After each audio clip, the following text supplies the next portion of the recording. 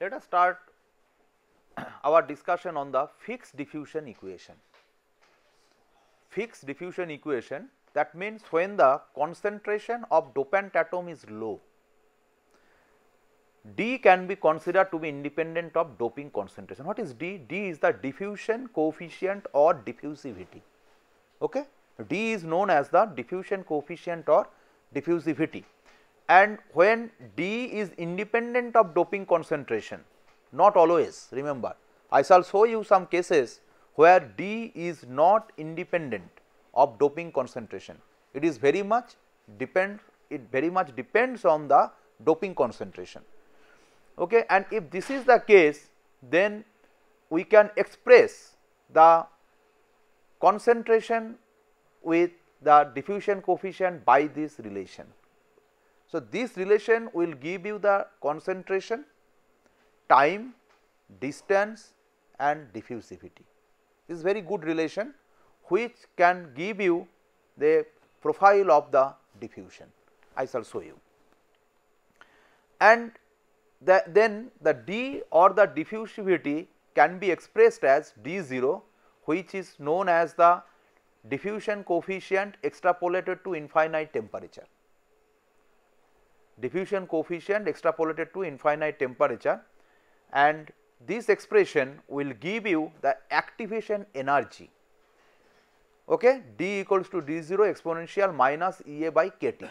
Now, what is activation energy? Activation energy is the energy required for diffusion, and the diffusion can be vacancy or interstitial. Okay. So, from the value of this energy EA, from the value of this energy, you can say whether it is a diffusion process, whether the diffusion process is due to the vacancy or it is due to the interstitial. Interstitial diffusion, EA is related to the energies required to move dopant atoms from one interstitial site to another.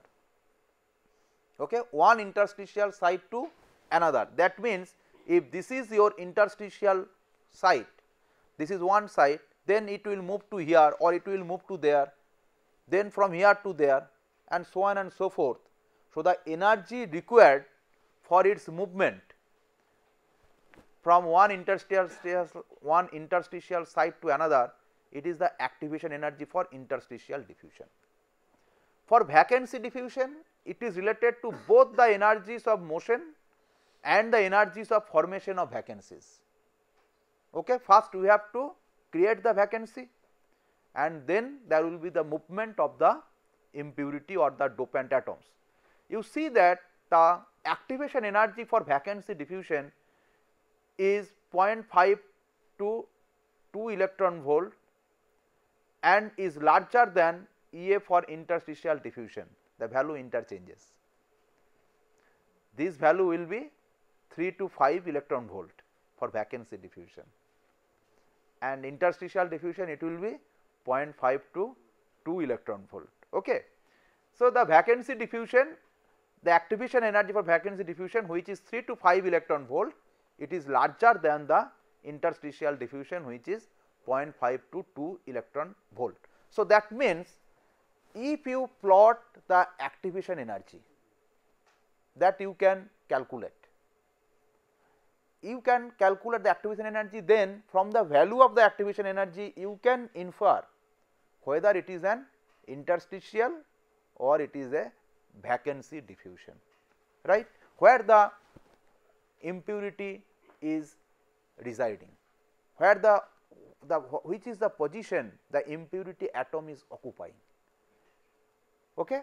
That can be predicted from the value of the activation energy. So, activation energy in that sense is very important parameter.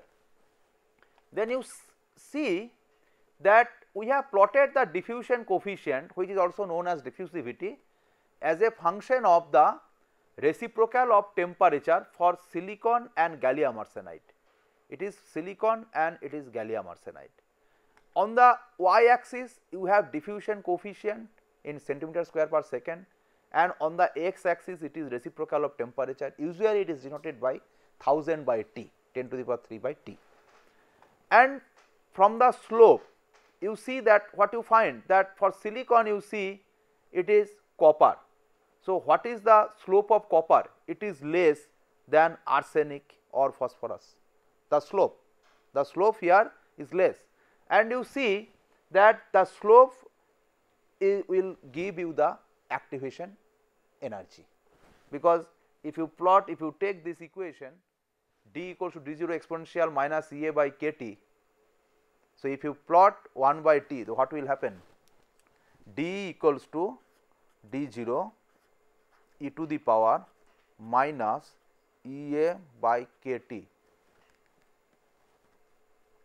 right, or d by d0 equals to e to the power minus E A by k T. If you take log on both sides, then what you will get? Ln this is equals to minus E A k T. Okay. So, that is equals to minus E A by k into 1 by T.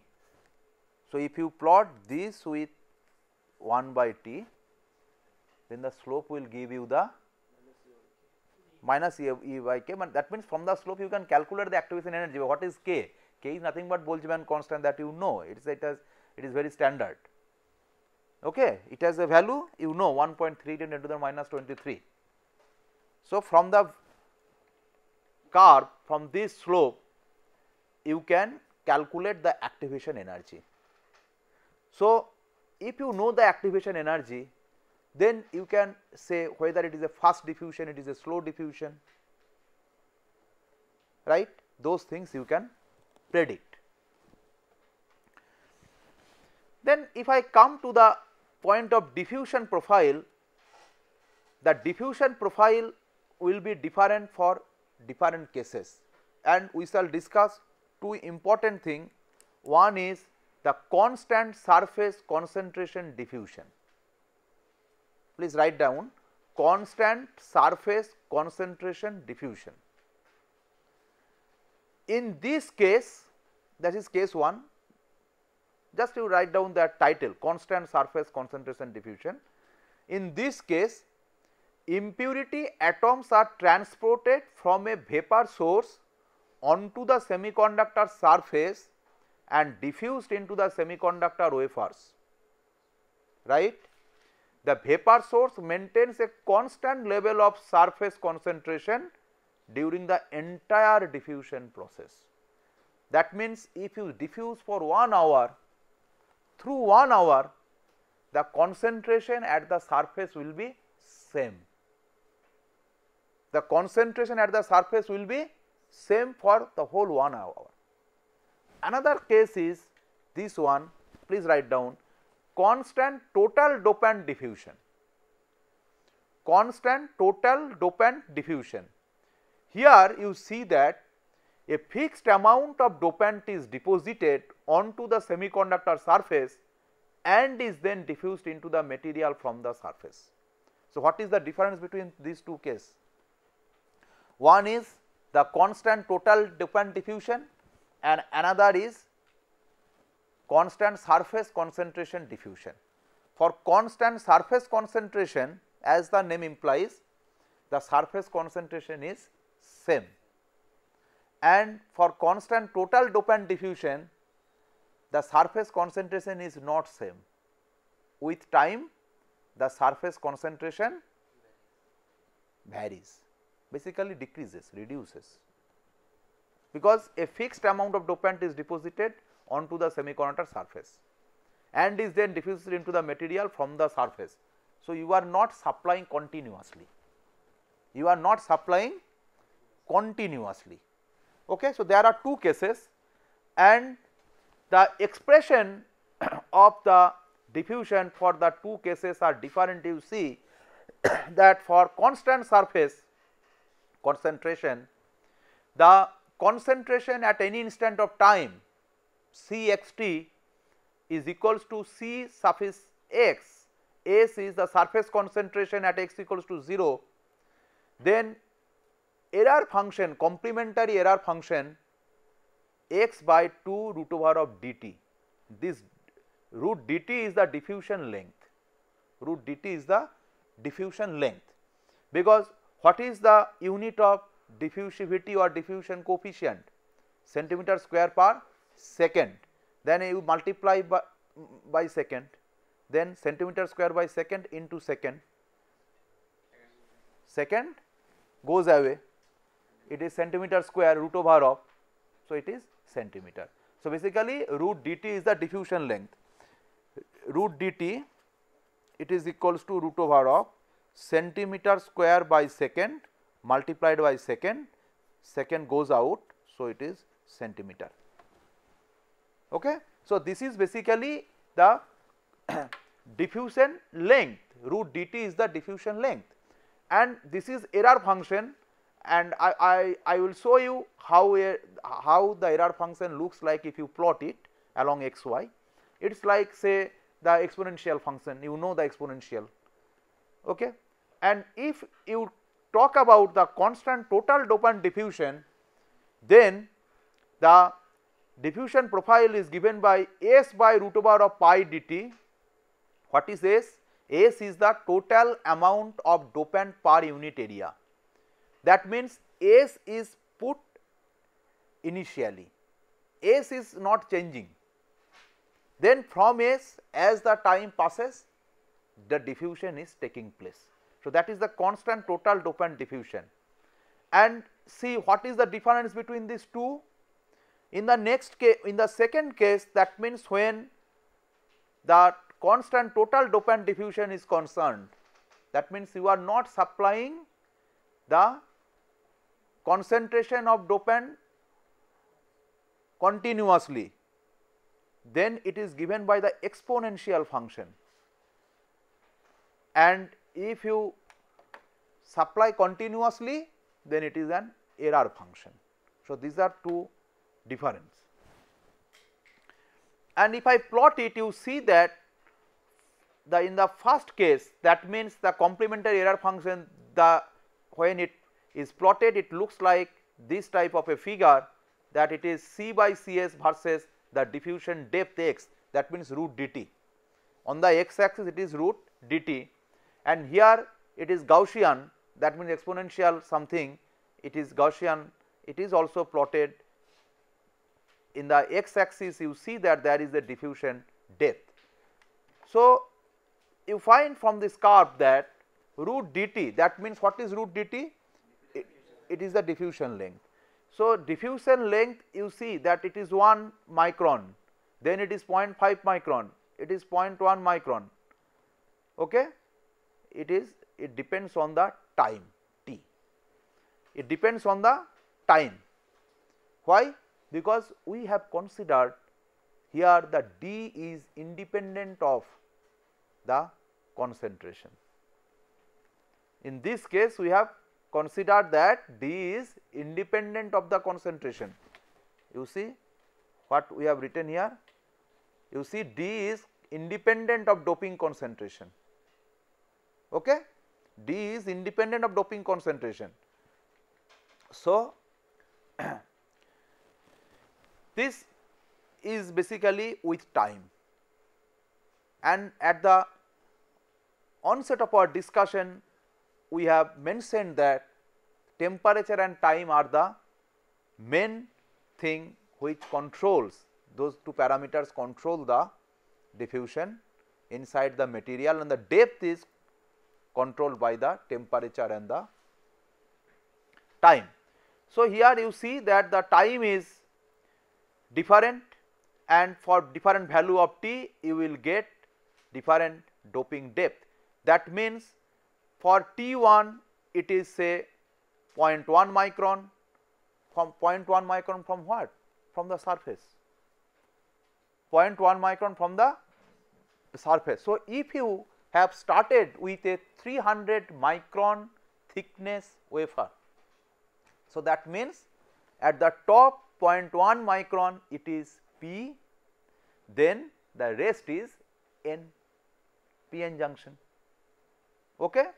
Then if you take the second case, it is 0.5 micron, that means from the surface 0.5 micron is say p layer and the rest is n layer. If you have started with a n type semiconductor wafer and you have doped the material with p type. In the third case, you see that it is 1 micron. Okay. So, that means from the surface is x is 0, from the surface 1 micron is the p layer and the rest is n layer. Okay. So, this is the plot. Now, this is for the constant surface concentration diffusion. That means when you are supplying the same concentration at the surface for the whole duration of doping. If your doping is taking place for 1 hour, throughout 1 hour you will supply the same concentration at the surface. Say the surface concentration you have fixed at 10 to the power 18 per cc. For 1 hour it will remain at 10 to the power 18 at the surface. Okay. That you can see from here also, C by Cs is 1. So, in all the cases it starts from 1, it is normalized curve. It is normalized curve. So, for it starts from 1 in all the cases, but in this case you see that it is not same. It is 1 into 10 to the power 5, then it reduces to something say 0.2, then 0.3 etc. into 10 to the power 5. See that the surface concentration is not same. Surface concentration changes. So, this is the difference. Diffusion length signifies what? Diffusion length signifies what? No, diffusion length means the penetration depth basically inside the material. So How long it penetrates from the surface. So, you have this diffusion depth is the basically the material is 300 micron thick. On the x axis say it is totally 300 micron and it is the surface, 0 is the surface. From 0 what is the depth? So, that is here we have used the term diffusion depth. So depth is there, diffusion depth and diffusion length. No, diffusion length is a separate thing. Diffusion depth. Here we should use the term diffusion depth. Yes, not diffusion length. Diffusion length is a different thing. Yes, sir. What is that? No, what is that means that is related to the without collision how far it can go. Between two successive collisions, the length between two successive collisions. Okay, that is not important here. It is not important in this case. Okay. Now, in almost all IC processing, IC means the integrated circuit. For IC processing, step 1 is it is a 2-step process. For step 1, a pre-deposition diffuse layer is first formed under constant surface concentration condition. So, that means when a wafer is doped for IC fabrication, IC means integrated circuits, then there generally 2 steps are used. In the first step, constant surface concentration conditions is used for a pre-deposition diffuse layer, and then in step 2 the drive-in diffusion under a constant total dopant condition. Okay? That means first we use the constant surface concentration, say for half an hour we use constant surface concentration. That means constantly we are supplying say 10 to the power 18 surface concentration for half an hour. Then you remove that source. So, now what is the concentration? 10 to the power 18. Then you heat, drive in. Drive in means you would like to drive the impurity atoms inside the silicon wafer. Okay. Drive in means basically you would like to drive the atoms. So, why this step 2 is important? You see that if you compare these two figures, you will find that though the surface concentration is constant in this case, the depth, diffusion depth is small compared to the second case. You see, if you compare these two things, then here the diffusion depth is larger, here the diffusion depth is larger. So, for large diffusion depth, if you want that it penetrates deep inside the material, then first you make a pre-deposition using this one and then drive in using this one. Drive in means the atoms will move inside the material, you would like to drive them inside the material, so that it can penetrate through higher depth, larger depth. So, two steps are generally used for IC processing.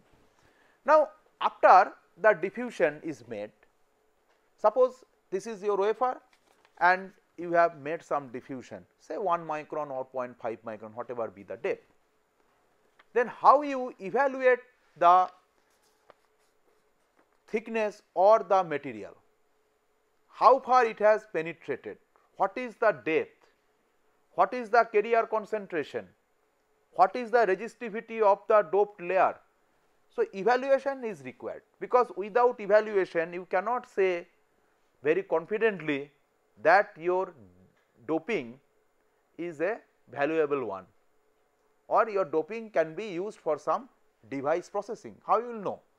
So, there are three important measurements which are done to evaluate a doped layer. One is the junction depth, maybe it is 0.1 micron or 1 micron or 2 micron, whatever be the junction depth. First you have to measure the junction depth, second you have to measure the sheet resistance of the diffused layer, and it is made by 4 probe technique. One of the groups have already performed the experiment using 4 probe technique. Okay, we shall discuss in this class also in detail about the 4 probe technique. For time being, you consider that 4 probe technique is used to measure the resistance of a semiconducting layer. Why we say it as a sheet resistance? Why we use it as a sheet resistance? It is because if you consider that it is 300 or 400 micron thick, then 0.1 or 0.2 or 0.5 or 1 micron of the surface can be considered as a sheet. Okay, considering that the doping is uniform throughout the area, surface area, then you can consider that it is composed of 2 sheets. One is at the top 1 micron doped and the rest is another kind of doping, basically it is the wafer. So, that is why the sheet resistance, the resistance of this sheet of the doped layer. So, that is why the term is used here as a sheet resistance.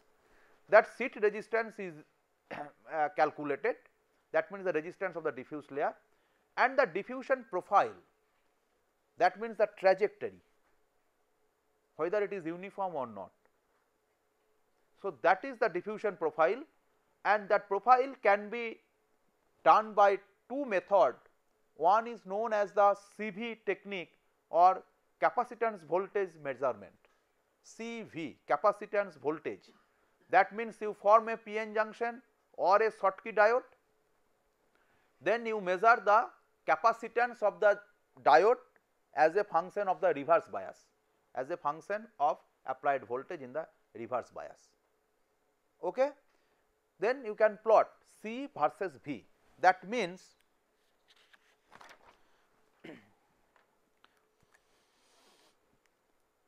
you take a material, say you have started with a N type material, this is 300 micron thick,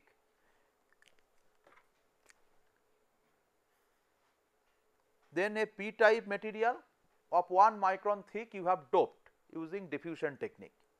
So, it is a PN junction, it is a PN junction. There the capacitance of this PN junction, because you know that when there is a junction it will give rise to some capacitance, when there is a junction it will give rise to some capacitance. Any connections also, suppose you have made a contact with the metal, then contact will give you some capacitance also, right. So, this p-n junction will give you some capacitance, junction capacitance. We shall discuss those things in detail when we come into the topic of say p-n junction diode, etc. In this case, what will happen? You plot C along y axis and V along x axis. So, using a CV meter, that is the capacitance voltage meter, it is available. You measure the junction capacitance, so that you can have some plots, any kind of plot you can get. From that plot you can calculate the diffusion profile. Another technique is the secondary ion mass spectroscopy. Secondary ion mass spectroscopy technique, SIMS, SIMS, secondary ion mass spectroscopy, right. So, this is very precise technique, and using this SIMS you can show the trajectory of the impurity atom inside the material, how it moves, okay. And this is also used. So, you see that there are 3 important parameters which must be evaluated. One is the junction depth, another is the sheet resistance, and third one is the diffusion profile. Yes. Now, these 2 parameters, that is sheet resistance and diffusion profile, we have discussed how to measure them, though not in detail, but some idea you have received. Now, I am giving you the idea of the measurement of junction depth, how the junction depth is measured. See, this is n type layer, this is n plus means heavily doped, okay. Say obviously this is p type, we have started from a p type, then it is n type layer. Then what is done? A grooving is done, grooving means what is grooving? Yes, cutting or removing the material by using a tool, say a drill machine. Using a drill machine you can groove a very small trench, cutting a very small trench. So, a groove is done using some tool, and then staining is done. Staining basically is coloring. A solution is used and you put the solution, then what is the difference? The difference will be that n type region and p type region, the color will be different. Using the strain, the color of the 2 regions will be different. So, you can see how long the p type layer or n type layer is there, because as you go from n layer to p layer, the color will be different using the stain.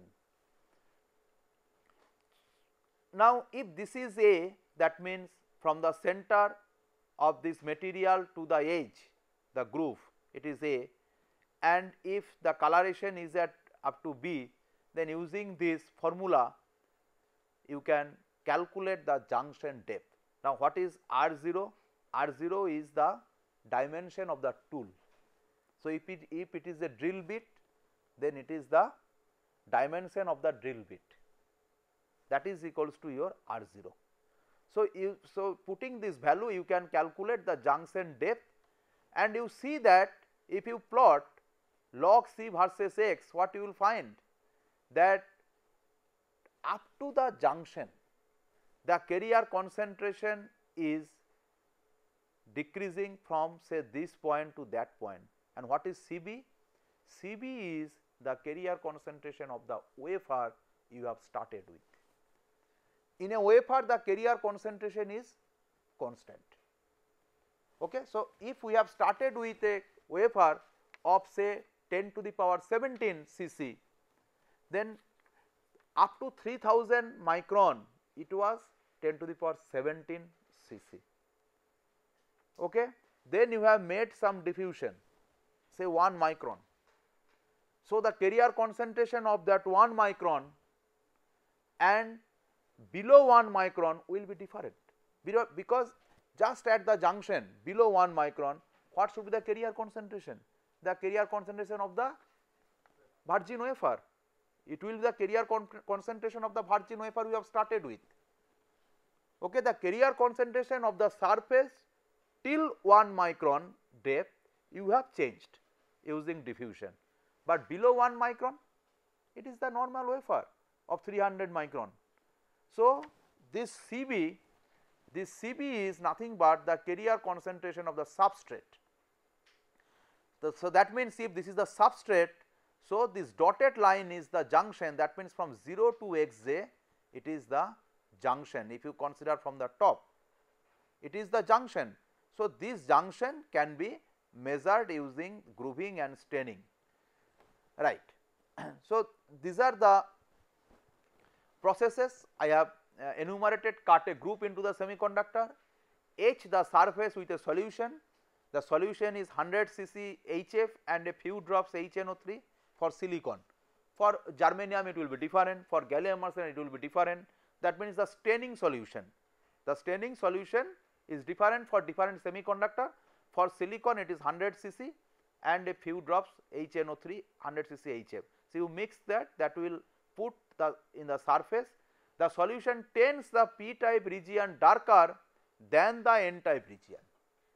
The solution tends the p type region darker than the n type region. So, it is n type region, this portion is n type and inside it is the p type region after grooving. So, the p type region is darker than the n type region. Dopant concentration is equal to the substrate concentration at xj, that I have shown you, that at xj the dopant concentration and the surface concentration will be the same. That means just dig a tunnel from the surface, move through 1 micron. Till 1 micron you will get your diffusion profile. As you completed 1 micron, your normal wafer or the substrate will be there and the carrier concentration will be given by the substrate carrier concentration. Okay. Now, this diffusion can be of two types, one is intrinsic, another is extrinsic. Intrinsic diffusion means the diffusivity is constant and the doping concentration is lower than Ni at diffusion temperature. Let me explain this term. Intrinsic diffusion means when Ni at T and the concentration is less than Ni at T. That means the concentration of the doping is less than Ni at T. Ni at T means Ni is the intrinsic carrier concentration. What is the intrinsic carrier concentration of silicon? Right, 1.5 to 10 to the power 10 per cc at what temperature? Room temperature, that means at 300 T, 300 K, yes, 300 Kelvin. Now, if you increase the temperature, okay, now if you increase the temperature, okay, so what will be the value of Ni? The intrinsic carrier concentration also increases. It is a function of T. It is a function of T. So, if say at 300 K,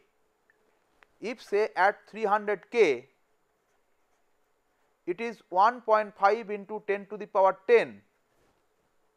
So, at 1000 degree centigrade, it will be very greater than 1.5 into 10 to the power 10, right. So, if this carrier doping concentration, if the doping concentration is lower than Ni at T, that means at diffusion temperature what should be the Ni? Then it is known as intrinsic diffusion, otherwise it is known as the extrinsic diffusion.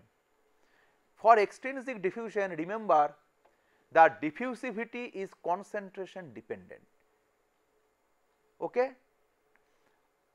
Until now we have considered that the diffusivity is not concentration dependent. Okay? We have considered that the diffusivity is not concentration dependent, but if the diffusion is extrinsic, then the diffusivity is concentration dependent. Now, intrinsic diffusion, you see that the carrier concentration at 300 K is 1.5 into 10 to the power 10, okay, 1.5 into 10 to the power 10. At 100 degree C, it is very greater than 1.5 into 10 to the power 10. What is the value? The value is 5 into 10 to the power 18. This is all for silicon. It is 5 into 10 to the power 18.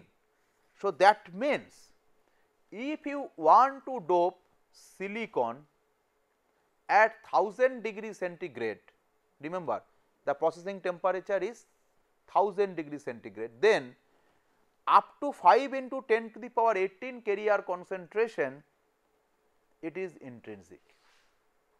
If you dope with more than 5 into 10 to the power 18 at that particular temperature, then it will become extrinsic diffusion. So, it depends entirely on the temperature. If your temperature of processing of doping temperature is 1000 degree centigrade, so you can go up to 5 into 10 to the power 18 for silicon.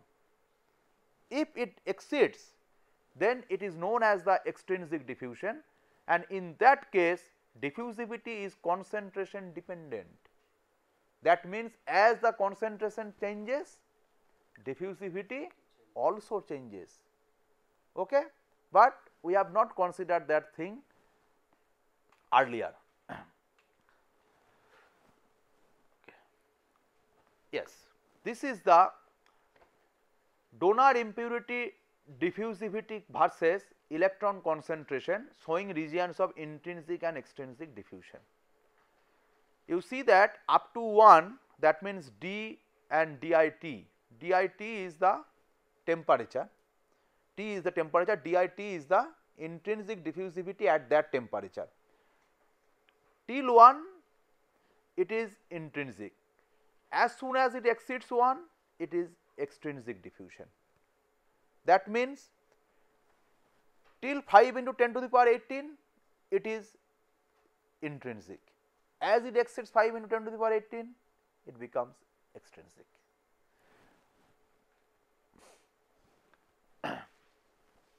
Now, as the doping is related to the creation of vacancy, if you have more vacancy, more and more impurity atom can move into the material, because either they will occupy the vacancy position or the interstitial position. Let us consider that they are occupying the vacancy position. Considering the vacancy mechanism, vacancy density is the number of vacancies per unit volume, and diffusion coefficient will be proportional to the vacancy density. That is very important consideration, that the diffusion coefficient is proportional to the vacancy density. So, CV, that means the vacancy density, is equals to Ci exponential EF minus Ci by kT. This type of expression we have already deduced in case of the calculation of the carrier concentration using Fermi level, etc. Can you remember? N0 P0 equals to Ni Pi equals to Ni square. So, during that derivation we have this type of mathematics we have used.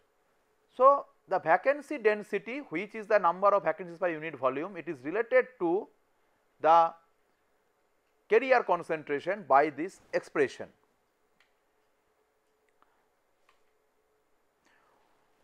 Now, when diffusion coefficient varies with the dopant concentration, that means extrinsic case, remember extrinsic case, then it is D equals to ds C by Cs to the power gamma. What is C? C is the concentration of the dopant and Cs is the concentration at the surface, and it is to the power gamma means it is a function of the concentration, that means D is a function of the concentration, gamma a parameter to describe the concentration dependence. When gamma equals to 1, then what happens? When gamma equals to 1, then it is the intrinsic case. When gamma equals to 1, then it is the intrinsic case. When gamma is greater than 1, then it is extrinsic case. Okay? Here we have plot the normalized diffusion profiles for extrinsic diffusion, where the diffusion coefficient becomes concentration dependent. It is x by root dst. You see that curve A is obtained when the diffusivity varies as the cube of the concentration. Then curve B, when diffusivity varies as the square of the concentration, that means when gamma is 3, when gamma is 2. For curve C, the gamma is 1, that means it is the error function. It is basically the error function curve we have shown when it is not concentration dependent. Let me quickly go to that curve.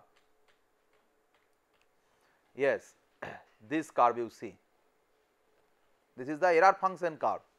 This error function curve means when it is not dependent with the concentration. Here it is dependent with the concentration. So, when gamma is 1, that means D is a function of C only. So, this is the normal curve that should be, but depending on the value it can change. Another thing is, see, when gamma changes at -2, when gamma is equals to -2, c to the power -2, then it becomes concave. These curves are convex type of design. This is the concave curve, and you see that this is applicable for gold or copper in silicon. If you diffuse gold or copper in silicon, you will get this type of a profile. So, depending on the concentration, depending on the material, so this curve changes. So, these are not a very uniform thing, it changes with the gamma. Okay. So, this we have already discussed. Yes, you see that diffusion in silicon, boron and arsenic, gamma is 1. When gamma is 1, that means which curve? This curve. Gamma is 1 means this curve C, this curve. Okay. For gold and platinum, gamma is -2. Concentration profile has concave shape. You see that the concentration profile is concave, that is the dotted line. And for phosphorus, it is C square, D is proportional to C square. So, you see that it is this type of curve, this B type, it is very sharp and steep fall is there, steep fall is there. If there is a steep fall, then what you can predict? That it will not move through much distance inside the material, because it is the distance in the x axis, it is the distance. So, if this is a very steep fall, then the distance will be less. That means the junction will be shallow junction, the junction will be shallow junction, SHALLOW, shallow junction.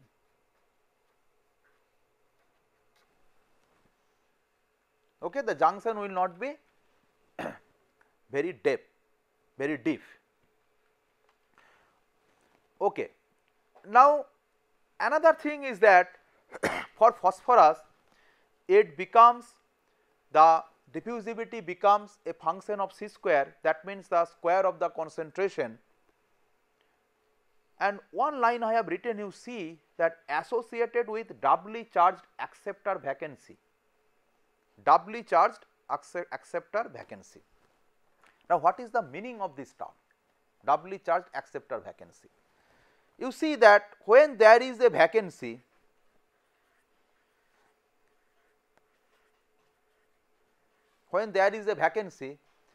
this vacancy, this is vacancy, this vacancy can be neutral. Do not think that the vacancy is always neutral. it can be neutral, it can be doubly charged acceptor vacancy, that means V2 minus, it can be V1 V plus, it can be V2 plus.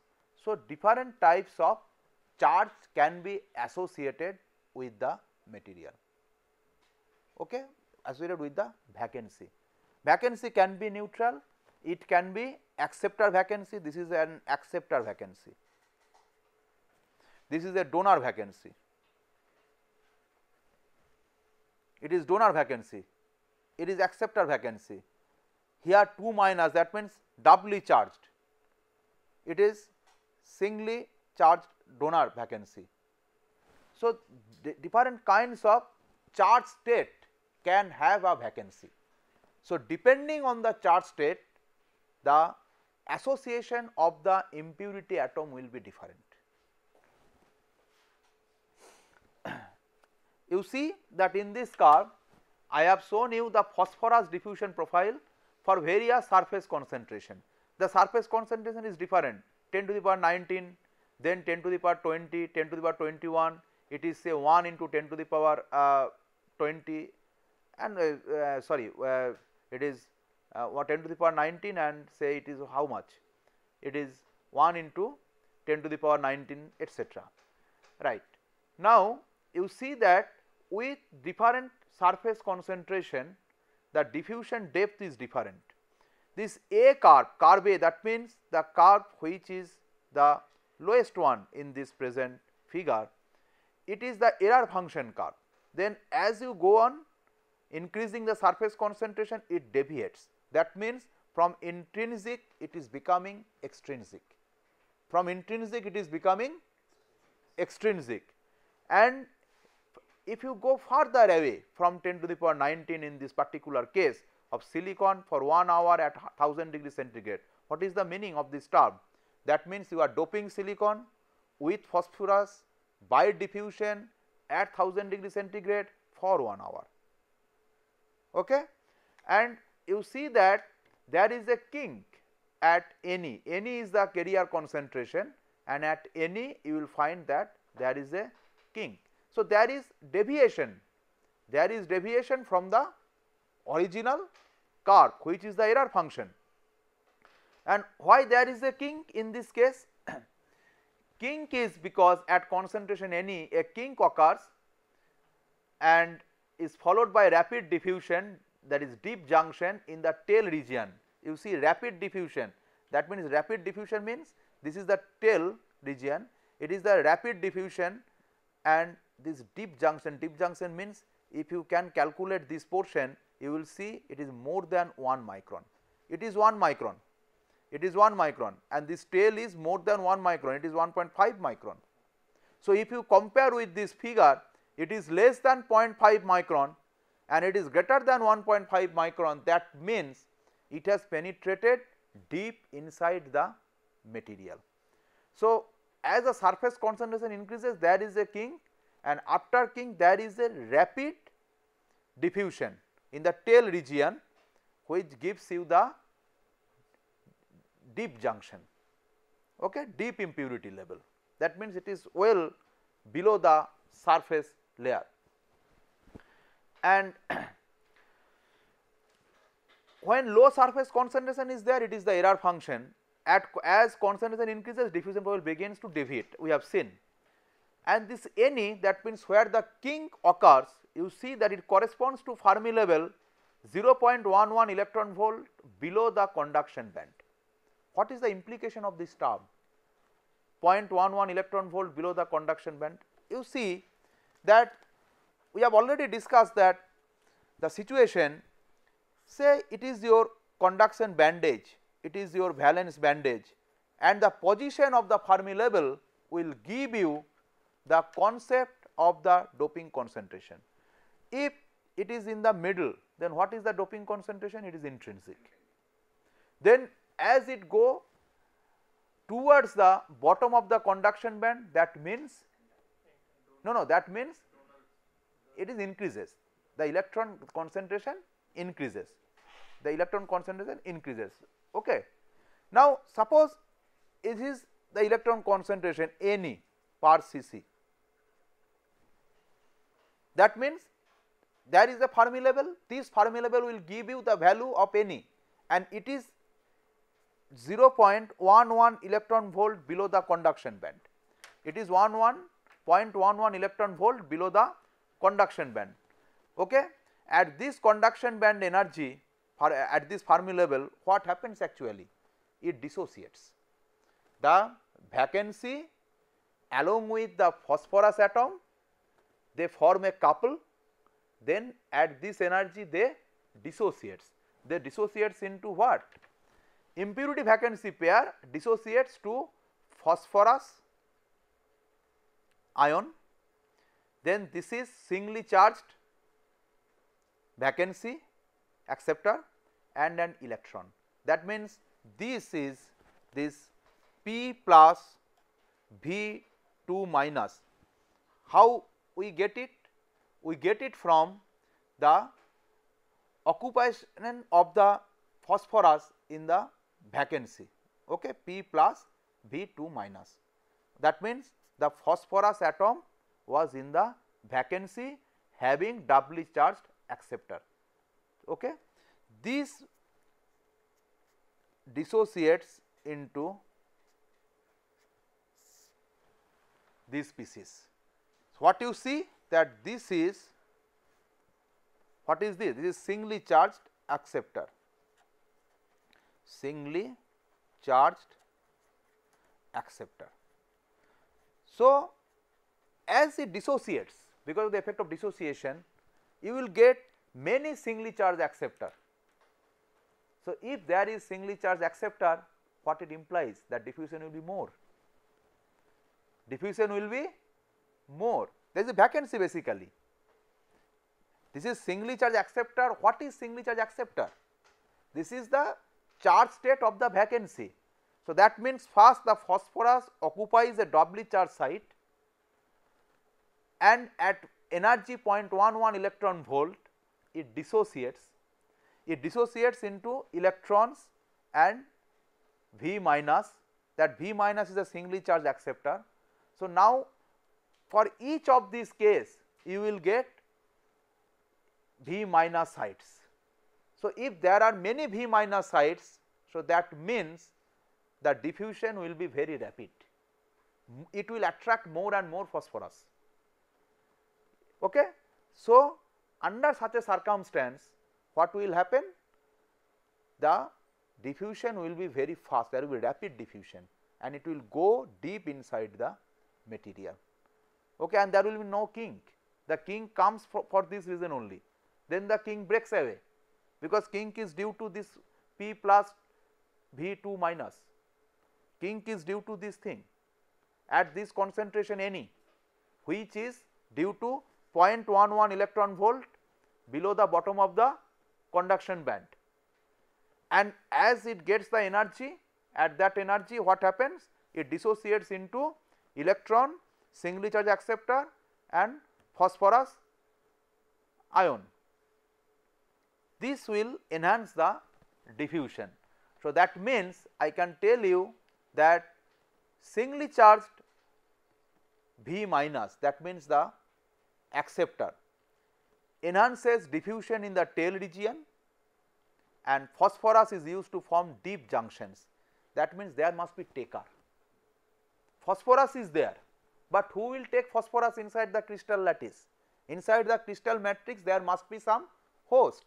Who is the host? V minus is the host in this case. Since the host is there, so phosphorus will diffuse very rapidly and deep junctions will be formed if we use phosphorus. So, that means there are several considerations. What is your purpose of doping? If your purpose of doping is to form the deep junction, you use phosphorus in silicon. If it is shallow junction, then the consideration is different. Okay? So, depending on your purpose, you have to choose the right material, the temperature and the time. Okay? So, this is all about the diffusion. And one thing I must add, till now we have discussed about silicon, Now, what will happen to gallium arsenide? Because normally we give the examples of silicon and gallium arsenide. One is the elemental semiconductor, another is the compound semiconductor 3,5. Then you see that zinc diffusion in gallium arsenide, it is more complicated than silicon. Why it is more complicated than silicon? Because in silicon matrix only silicon is involved, atom of silicon is involved. Here both gallium and arsenic sublattices are involved. Okay. Impurities ultimately reside in lattice sites. Where the impurity will go? It ultimately will use the lattice site, either the site of gallium or the site of arsenic, either the site of gallium or the site of arsenic. So, now you see that generally zinc diffusion in gallium arsenide, it becomes p type. First thing you remember that it becomes p type, and the diffusivity varies as c square, not c or c cube, generally it varies as c square, and also diffusivity is proportional to the partial pressure of zinc. We have discussed about the partial pressure, and the surface concentration is proportional to the square root of the partial pressure, right. So, if you put, you will see that basically d proportional to c square. That means the curve will be steep, it will not go very deep inside the material, it is steep, and it is the profile. You see that the profile, because of various surface concentration, it is the diffusion profiles of zinc in gallium arsenide after annealing at 1000 degree centigrade for 2.7 hours. It is different for different surface concentration and temperature. Okay. So, now we can conclude for today's lecture that generally you need a site, either it will be the vacancy or it will be interstitial, and the energy is much for the vacancy type diffusion, not for interstitial site diffusion. For interstitial site diffusion, the condition is that the atom will be dimension less than the atomic dimension of the crystal lattice, host crystal lattice. Okay. So, thank you for today, again we shall assemble on Thursday.